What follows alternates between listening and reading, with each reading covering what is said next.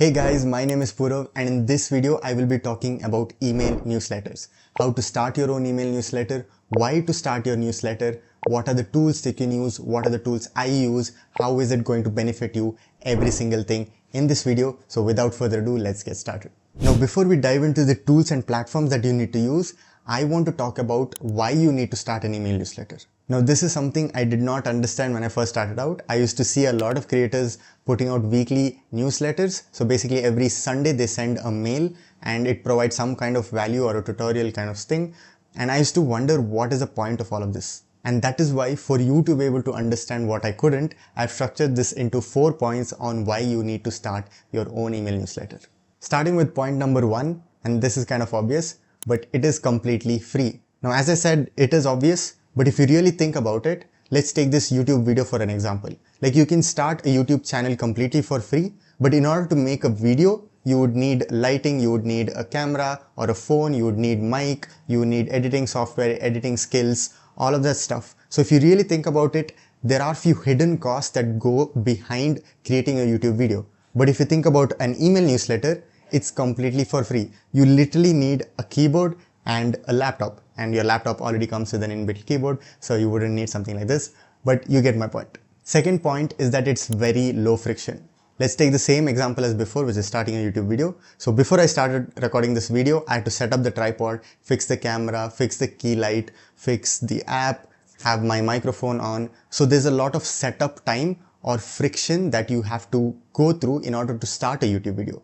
But if you think about an email newsletter, you just have to open the app and start typing. So there's very less friction. You don't have to script, you don't have to, think about the title, the thumbnails, and all of that stuff. It's just comparatively low friction. So you just have to open the app and start typing. And one more thing is that you don't even have to show your face. You don't have to worry about how you'll sound. You don't have to worry about how you look. It's all on text. And if you already know how to type, so you can just literally get started right now. Third point is that it's completely private in a good way.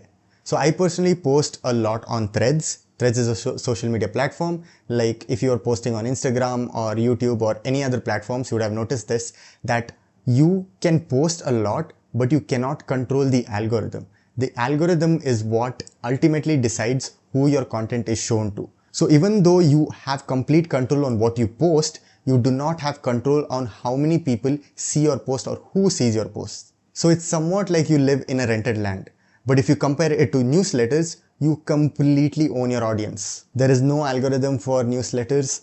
Anybody can see your emails and you can control completely who can see your emails and who shouldn't see.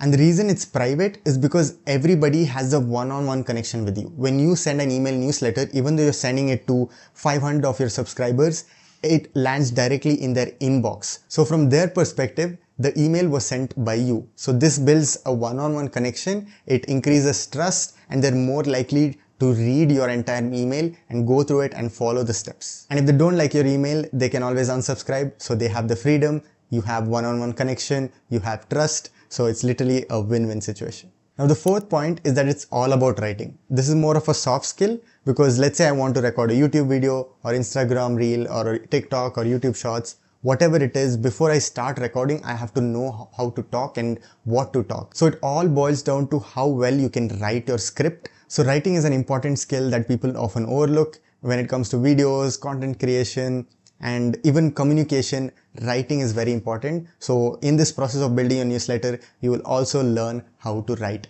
well. Okay, so now that you're convinced on why you should start your newsletter, now I'll be talking about what you can write about. So people often have this fear or let's say confusion that I want to write newsletters, I want to write about something, I like writing, but I don't know what to write about. I don't know if people will judge me. I don't know if, they have this imposter syndrome where if they are not sure that they are the ones supposed to be teaching stuff, so they feel inferior. So my personal suggestion is literally start writing about anything you want. Your newsletters don't have to have a separate niche. That niche could be you. So whatever you have gone through that week, whatever ideas you have learned, whatever videos you have consumed, whatever podcasts or music you have listened to, literally anything, just put it on that newsletter. Talk about what you encountered, what you learned from it, what others can take away from that. But if you're a creator like me, and if you're creating content on Threads or Instagram or any social media platform, you can just use the same niche for your newsletter. I personally post a lot about personal growth on Threads, and that is the same niche I use for my weekly newsletter, which is called the Discipline Lab. I have over 1,000 subscribers, and every Sunday I send them a mail about something related to personal growth, something related to the podcast I listen to, or a video I have seen, or something that has helped me in my personal life. Anything that is related to the niche, I put it on the newsletter and send them a mail.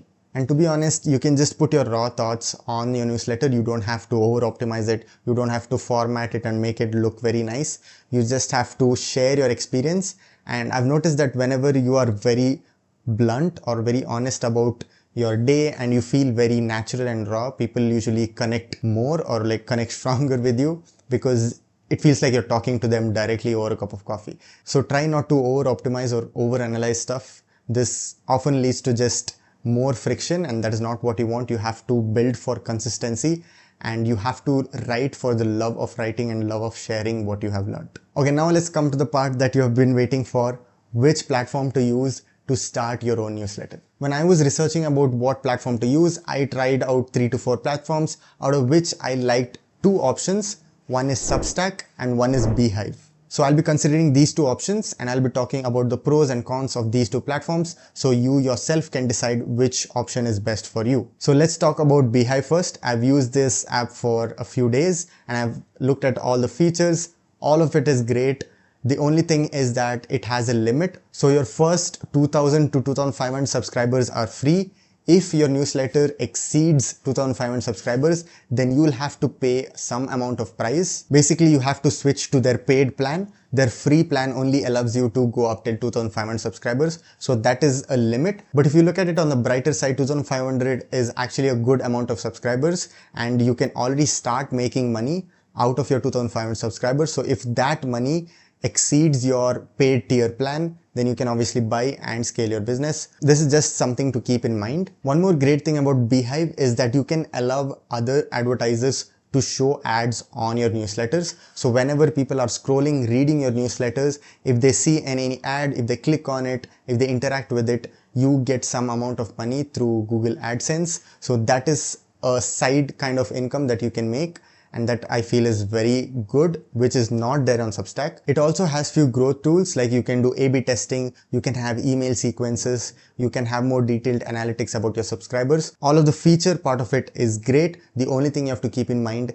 is the free tier ends at around 2,000 to 2,500 subscribers. Now coming to Substack, Substack is completely free, so there's nothing like a free tier and a paid tier, but there is something as a paid subscriber. So you can make your newsletters paid or premium, so people have to pay in order to get access to your newsletters or your emails. So when it comes to paid subscribers, Substack takes around 10% of that paid subscription. So let's say I pay $50 to get access to your newsletter, Substack takes $5 and you get the rest $45. I personally use Substack for my newsletters, and what I feel the best part is that it has its own social media kind of network. So whenever you post an email, it goes directly into their email inbox and it gets posted in the Substack social network. So you create one-on-one connections with your email subscribers, and you do a one-to-many with your Substack social network. So here I've opened Substack and I'm going to show you how to start your own newsletter. It's very simple.